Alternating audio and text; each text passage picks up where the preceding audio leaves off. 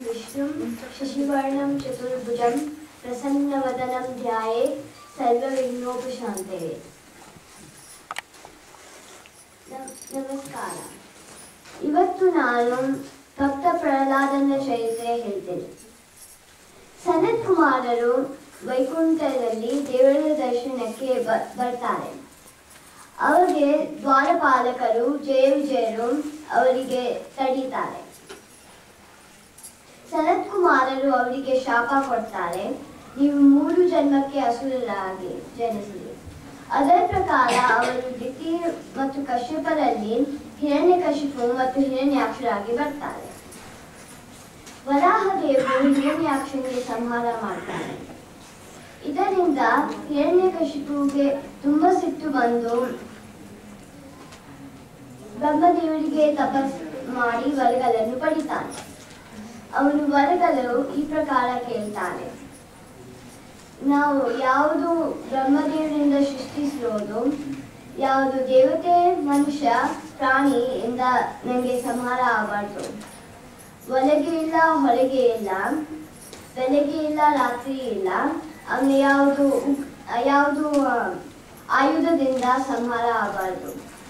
ಈ ತರ ಎಲ್ಲ ಅವನು ವರಗಳನ್ನು ಪಡಿತಾನೆ. ಅವನು ತಪಸ್ಸಿನಲ್ಲಿ ಇದ್ದಾಗ ಇಂದ್ರದೇವರು ಅವನ ಹೆಂಡತಿ ಕಯಾದುಗೆ ಕರ್ಕೊಂಡು ಹೋಗ್ತಾ ಇರ್ತಾರೆ.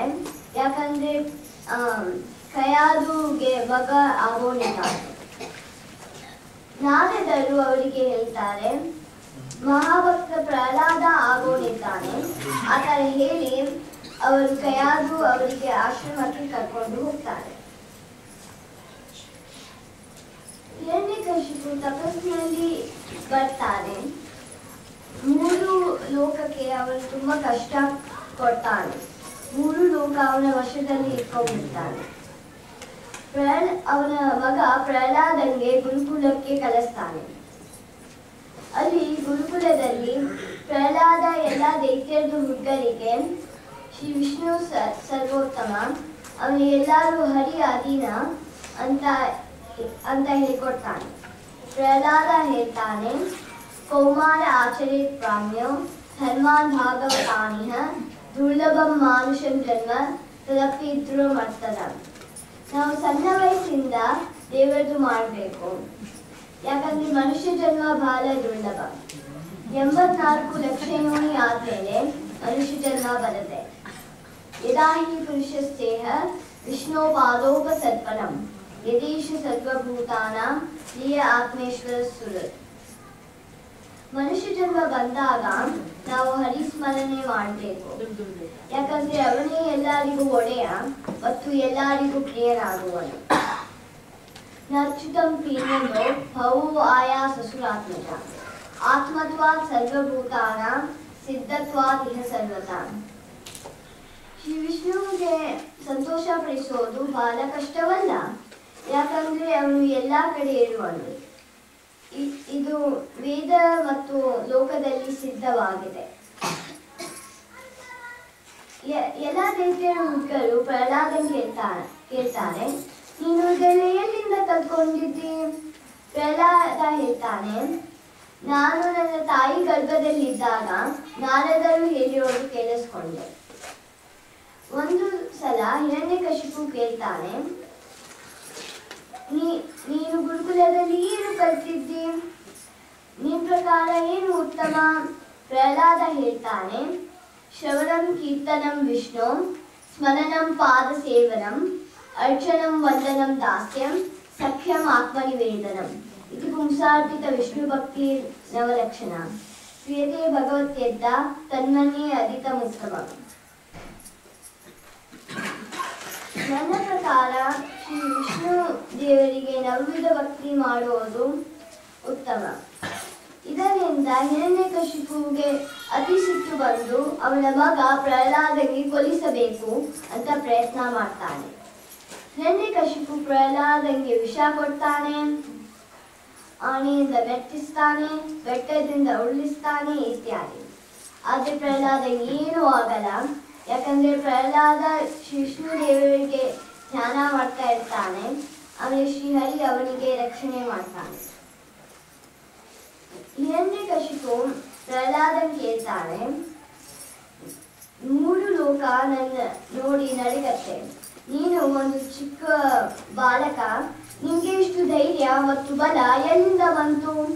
ಪ್ರಹ್ಲಾದ ಹೇಳ್ತಾನೆ, ನ ಕೇವಲಂ ಮೇ ಭವತಶ್ಚ ರಾಜನ್ ಸವೈಬಲಂ ಬಲಿನಾಂ ಚಾಪರೇಶಾಂ ಪರಾವರೇಮಿ ಸ್ಥಿರಜಂಗಮಾಯೆ ಬ್ರಹ್ಮಾದಯೋ ಯೇನ ವಶಂ ಪ್ರಣೀತ.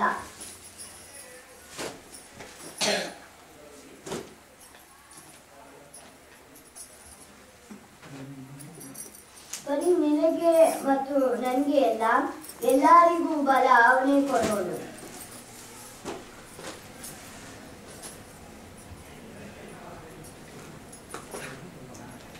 ಬ್ರಹ್ಮದೇವರು ಮೊದಲಾದ ಚರಾಚರಗಳು ಅವನ ವಶದಲ್ಲಿ ಇಟ್ಕೊಂಡಿದ್ದಾನೆ. ಹಿರಣ್ಯಕಶಿಪು ಪ್ರಹ್ಲಾದನ್ ಕೇಳ್ತಾನೆ, ನಿನ್ನ ದೇವ ಎಲ್ಲಿರುವನು? ಪ್ರಹ್ಲಾದ ಹೇಳ್ತಾನೆ, ಶ್ರೀ ವಿಷ್ಣು ಸರ್ವವ್ಯಾಪಿ, ಎಲ್ಲ ಕಡೆ ಇರ್ತಾನೆ. ಹಿರಣ್ಯಕಶಿಪು ಈ ಸ್ತಂಭದಲ್ಲಿ ಇದ್ದಾನೆ ಕೇಳಿದಾಗ ಪ್ರಹ್ಲಾದ ಹೇಳ್ತಾನೆ, ಹೌದು, ಅವನು ಇದ್ದಾನೆ. ಹಿರಣ್ಯಕಶಿಪು ಸ್ತಂಭಕ್ಕೆ ಸಿಟ್ಟಿನಲ್ಲಿ ಹೊಡಿತಾನೆ. ಎಲ್ಲ ಕಡೆಯಿಂದ ಶಬ್ದ ಬರುತ್ತೆ, ಎಲ್ಲಾದ್ರೂ ಹೃದಯದಿಂದಾನು ಶಬ್ದ ಬರುತ್ತೆ. ನರಸಿಂಹದೇವರು ಪ್ರಕಟರಾಗ್ತಾರೆ. ಸತ್ಯಂ ವಿಧಾತುಂ ನಿಜವೃತ್ಯ ಭಾಷಿತಂ ವ್ಯಾಪ್ತಿಂ ಚ ಭೂತೇಷು ಅಖಿಲೇಷು ಚಾತ್ಮನಾ ಅದೃಶ್ಯತಾ ತತಿ ಅದ್ಭುತ ರೂಪಂ ಉದ್ವಹನ್ ಸ್ತಂಭೆ ಸಭಾಯಾಂ ನಮೃಗಂ ನ ಮಾನುಷಂ. ದೇವರು ಸತ್ಯ ಸಂಕಲ್ಪ. ಬ್ರಹ್ಮದೇವರು ಹೇಳಿರೋದು ವರ ಸತ್ಯ ಮಾಡ್ತಾರೆ, ಆಮೇಲೆ ಪ್ರಹ್ಲಾದ ಹೇಳಿರೋದು ಮಾತು ಸತ್ಯ ಅಂತ ತೋರಿಸ್ತಾರೆ. ದೇವರು ಅವನ ನಿಜಭಕ್ತ ಪ್ರಹ್ಲಾದನಿಗೆ ರಕ್ಷಣೆ ಮಾಡ್ತಾರೆ. ದೇವರು ಸರ್ವವ್ಯಾಪಿ, ಎಲ್ಲ ಕಡೆ ಇರ್ತಾರೆ ಮತ್ತು ಎಲ್ಲರದ್ದು ಅಂತರ್ಯಾಮಿ, ಎಲ್ಲರದ್ದು ಹೃದಯದಲ್ಲಿ ಇರ್ತಾರೆ. ಅವರು ಸ್ತಂಭದಿಂದ ಅದ್ಭುತ ರೂಪ,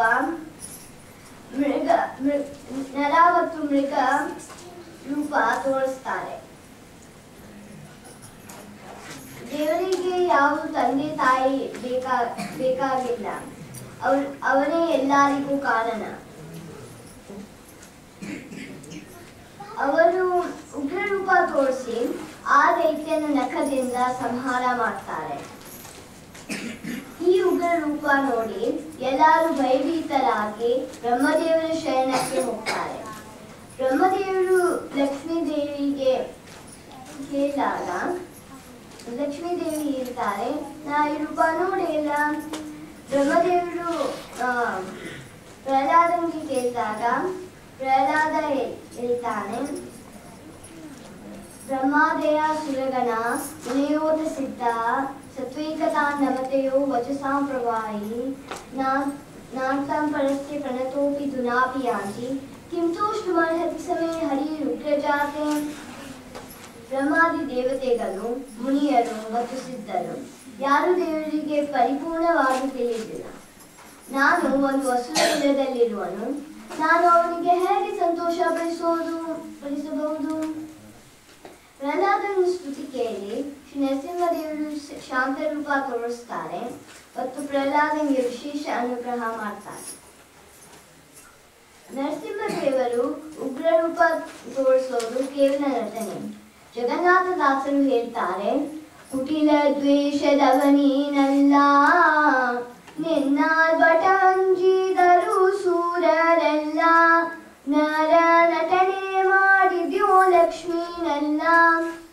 ಭಾಗವತದಲ್ಲಿ ಹೇಳ್ತಾರೆ, ಇತರ ಲಕ್ಷ್ಮೀದೇವಿ ಹೇಳ್ತಾರೆ, ನಾ ಈ ರೂಪ ನೋಡಿಲ್ಲ.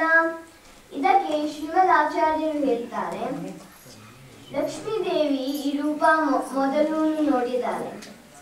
ಇದು ಬರೀ ಅಸುರನಿಗೆ ಮೋಹಿಸಕ್ಕೆ ಇದರಲ್ಲಿ ಈ ತರ ಹೇಳಿದ್ದಾರೆ. ಬ್ರಹ್ಮದೇವರು ಮೊದಲಾದ ದೇವತೆಗಳು ಪ್ರಹ್ಲಾದಕ್ಕಿಂತ ಎಷ್ಟು ಉತ್ತಮರು. ಅವರು ಬರೀ ನಟನೆ ಮಾಡ್ತಾರೆ. ಅವರು ಈ ತರ ಮಾಡ್ತಾರೆ ಯಾಕಂದ್ರೆ ಪ್ರಹ್ಲಾದ ಎಷ್ಟು ದೊಡ್ಡ ಭಕ್ತ ಅಂತ ತೋರ್ಸಕ್ಕೆ ಮತ್ತು ಪ್ರಹ್ಲಾದಂಗೆ ಅನುಗ್ರಹ ಮಾಡಕ್ಕೆ. ಹಿರಣ್ಯಕಶಿಪು ಪ್ರಹ್ಲಾದಂಗೆ ಕಾಲಪೂಜಾ ವಿಷ ಕೊಡ್ತಾನೆ. ಆದರೆ ಪ್ರಹ್ಲಾದಂಗೆ ಏನೂ ಆಗಲ್ಲ. ಈ ವಿಷ ಕಲಿಸ್ವರೂಪ. ಇದೇ ವಿಷ ಪ್ರಹ್ಲಾದಕ್ಕಿಂತ ಎಷ್ಟೋ ಉತ್ತಮರು ರುದ್ರದೇವರಿಗೆ ಸಹನೆ ಆಗಿಲ್ಲ. ಪ್ರಹ್ಲಾದಂಗೆ ಹೆಂಗೆ ಸಹನೆ ಆಯ್ತು ಅಂದ್ರೆ ಅವಾಗೆ ವಾಯುದೇವರದು ಆವೇಶ ಅವನಲ್ಲಿ ಇರುತ್ತೆ. ಅದರಿಂದ ಅವನಿಗೆ ಈ ವಿಷ ಸಹನೆ ಆಗತ್ತೆ. ಹಿರಣ್ಯಕಶಿಪು ಮತ್ತು ಹಿರಣ್ಯಾಕ್ಷನಲ್ಲಿ ಜೀವದ್ವಯ ಆವೇಶ ಇರುತ್ತೆ. ಜಯ ಮತ್ತು ವಿಜಯರು ದೇವರ ಹತ್ರ ಹೊರಟೋಗ್ತಾರೆ. ಆಮೇಲೆ ಹಿರಣ್ಯಕಶಿಪು ಮತ್ತು ಹಿರಣ್ಯಾಕ್ಷರು ನರಕಕ್ಕೆ ಹೋಗ್ತಾರೆ. ನಾವು ದ್ವೇಷದಿಂದ ಶ್ರೀಹರಿಗೆ ಒಲಿಸಕ್ಕಾಗಲ್ಲ. ಕೇವಲ ನಿಜಭಕ್ತಿಯಿಂದ ಶ್ರೀಹರಿಗೆ ಒಲಿಸಕ್ಕಾಗತ್ತೆ. ಇದೆಲ್ಲ ಶ್ರೀಮದ್ ಆಚಾರ್ಯರು ಅವರ ಗ್ರಂಥದಲ್ಲಿ ಹೇಳಿದ್ದಾರೆ. ಅವರ ಗ್ರಂಥ ಓದಿ ನಾವು ಭಾಗವತಕ್ಕೆ ಸರಿಯಾಗಿ ಅರ್ಥ ಮಾಡಬೇಕು. ಶ್ರೀನಾರಾಯಣ ಪಂಡಿತಾಚಾರ್ಯರು ಮಧ್ವಾಮೃತ ಮಾನವದಲ್ಲಿ ಹೇಳಿದ್ದಾರೆ, ಉಪಾಸ್ಯಪತಂ ಮಧ್ವಂ ಪಶ್ಚಾತ್ ನರಹರಿಂ ಭಜೇತ್ ನಾಣ್ಯತಾ ಮೋಕ್ಷಮಾಪ್ನೋತಿ ಪ್ರತ್ಯುತ್ ನರಕಂ ಭವೇತ್. ಮೊದಲು ಶ್ರೀಮದ್ ಆಚಾರ್ಯರಿಗೆ ನಮಸ್ಕಾರ ಮಾಡಬೇಕು, ಆಮೇಲೆ ಶ್ರೀ ನರಹರಿಗೆ. ಇಲ್ಲ ಅಂದ್ರೆ ನಮ್ಗೆ ಮೋಕ್ಷ ಸಿಗಲ್ಲ, ನರಕಕ್ಕೆ ಹೋಗ್ತೀವಿ. ಬ್ರಹ್ಮಾತಾ ಗುರುವತ್ ಸಾಕ್ಷಾತ್ ಇಷ್ಟಂ ದೇವಂ ಶ್ರೀಪತಿ ಆಚಾರ್ಯ ಶ್ರೀಮದಾಚಾರ್ಯ ಸಂತು ಮೇ ಜನ್ಮ ಜನ್ಮನಿ. ಪ್ರಹ್ಲಾದ ವರದ ಪ್ರಪನ್ನ ಕ್ಲೇಶ ಭಂಜನ ಮಹಾವಿಷೇ ವಿಜಯ ವಿಠಲ ನರಮೃಗವೇಶ. ಪ್ರಹ್ಲಾದ ವರದ ಪ್ರಪನ್ನ ಕ್ಲೇಶ ಭಂಜನ ಮಹಾವಿಷೇ ವಿಜಯ विठ्ठल नरमृगवेश। श्री भारती मुख्य प्रणाम करता है। श्री कृष्णार्पणमस्तु।